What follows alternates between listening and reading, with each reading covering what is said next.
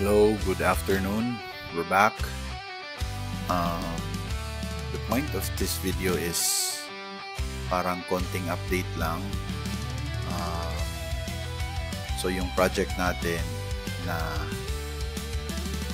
gawing 500 yung hunter ko is magiging reality na. Okay, we're almost there, but ito yung confusion ko. Instead na Secreta or Weapon of Darkness yung ipapa level 90 ko, meron na kasi akong Maestro Scroll. I'm just gonna wait until mag 90 na si Quick Heal ko, and then dito pa rin ako. Itong Weapon of Light yung gagawin kong passive na magiging 90 siya eventually. Ngayon, baka magtanong kayo or sasabihin nyo na sayang kasi passive lang siya and hindi naman siya ganun ka-important na tignan mo naman, HP recovery in battle magiging lang siya 65, so hindi siya ganun ka-significant to me. Yes, but that will allow me to explore other builds kasi kapag itong dalawang ito maging 90 na, lahat ng skills na merong vitality, basta yung dalawang, for example dito tayo, for example Paladin, since dalawang 90 na to, I don't need two other Maestro Scrolls. So ito, kaya kong mag 500 na Paladin, kaya kong mag 500 na Blitzblade, yung Shadow Blade, which is another project. Well, technically kaya ko naman siya ngayon, but we're still on this project. Pero yes, susunod na siya. Even yung Venom, kaya kong mag 500 ng Venom. And what's so important about it is kasi pag na-achieve mo to, mas malaki yung impact compared sa mapa-level maestro mo yung isang skill. Okay? So for example, pag na-maestro ko si Weapon of Darkness, yung change niya lang is from 8 seconds yung effect niya na magcha-channel siya, titira siya ng naka-Weapon of Darkness, yung combined damage magiging 9 seconds lang siya. 1 second lang yung difference. Next, kunwari, yung Secreta, damage niya is 175. Okay? Every 45 seconds yan.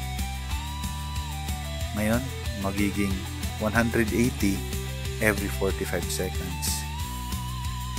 Okay? So, you're gonna feel the difference every 45 seconds lang compared to magiging stat na siya for all of the skills na sakop ng merong vitality. Okay? So, yun yung ko. Kasi, pag na-hit ko to, 500, meron na ako agad level 100, meron na ako agad plus 80 to attack power and plus 5% to monster increase damage. Kahit level 80 lang yung dalawang ito. Kasi, itong dalawang vitality ko ay 90 na siya. Okay? Demano. Dalawang 90 sa vitality, 90 plus 90, 180. Okay? Dalawang 80 sa recon, 80 plus 80, 340. And then dalawang 80 sa support, 80 plus 80. So 500, which allows me to explore more builds, diba? Especially itong shadow build na recently na figure out natin, na kinumpara ko siya, konti lang yung lamang ng Dark Lancer sa kanya. Considering na yung anong tawag dito sa skill na to, yung cutting strike na skill ko is level advanced grade lang siya, hindi pa siya expert grade, diba? So that will allow me to explore other options, diba? So, yun lang. And then another topic is yung talagang maalat talaga. Ipapakita ko sa inyo. I'm gonna share ang tawag dito.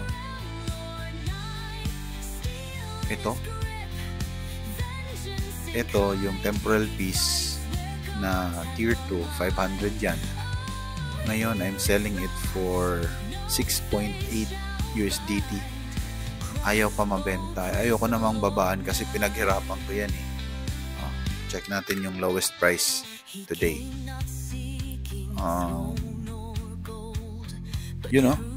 Wait. Lowest price today is 360. Yung sa akin, binibenta ko ng 400 kasi almost 1 week akong nag-farm nun eh, ng mga rare na dinidismantle. Tapos yun lang, bibilhin lang sa akin ng 360. Yung 360 minus 12.5%. Wait. 360 minus 12.5%. 315 na lang yung matitira sa akin. Napakamura. And last week I was able to sell it for last November 12, I was able to sell it for 7.74 USDT. Napakalaki ng difference, di ba? So, yun, pwede nang maklaim yung ibang mga nabenta ko. Wala na, ang mura na talaga. Although I'm happy kasi I'm looking for a crossbow na grade on.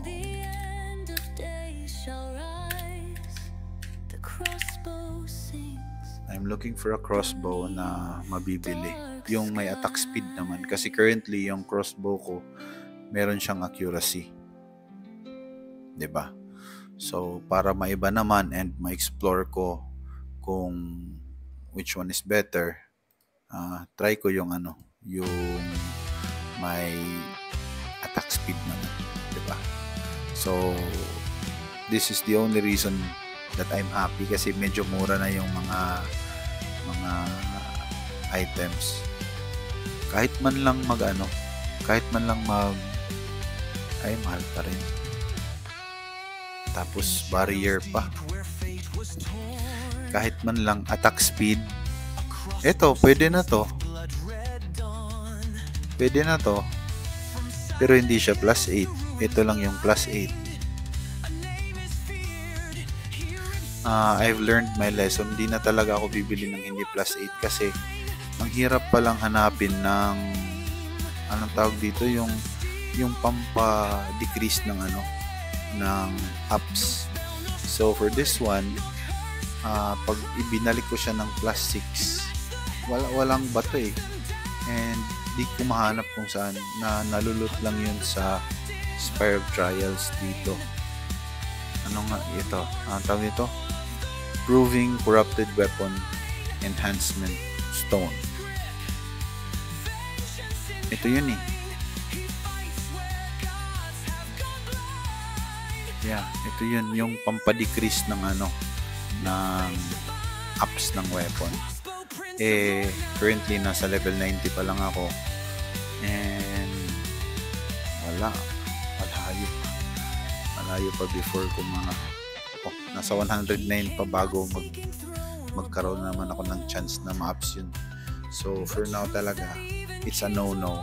It has to be attack speed and plus 8. Okay na sa akin yung mga $70. Basta ganun. Yeah. So that's one, yung sa update. Sa classes ko, yung income natin bumaba talaga, as in very very low. Like for the past 3 days, yung income ko, ito di pa kasi ito nabibenta, baka tonight mabenta na to. So 1.8, let's say 2 or 3, 4, 5, let's say $6 na USDT. Ang baba talaga. Diba? Ang ang baba ng income. Ang baba ng income ng ano. Wala tayong kinita masyado. Hindi pa tayo nadradrapan ng ano, kahit staff man lang or battle staff or bow. Yun yung mga pricey ones eh. Yung mga ganun. Eh, sinabay na natin sa quest. Anyway, that's it for the video. Wala naman tayong mga update masyado. Yun lang. Keep grinding.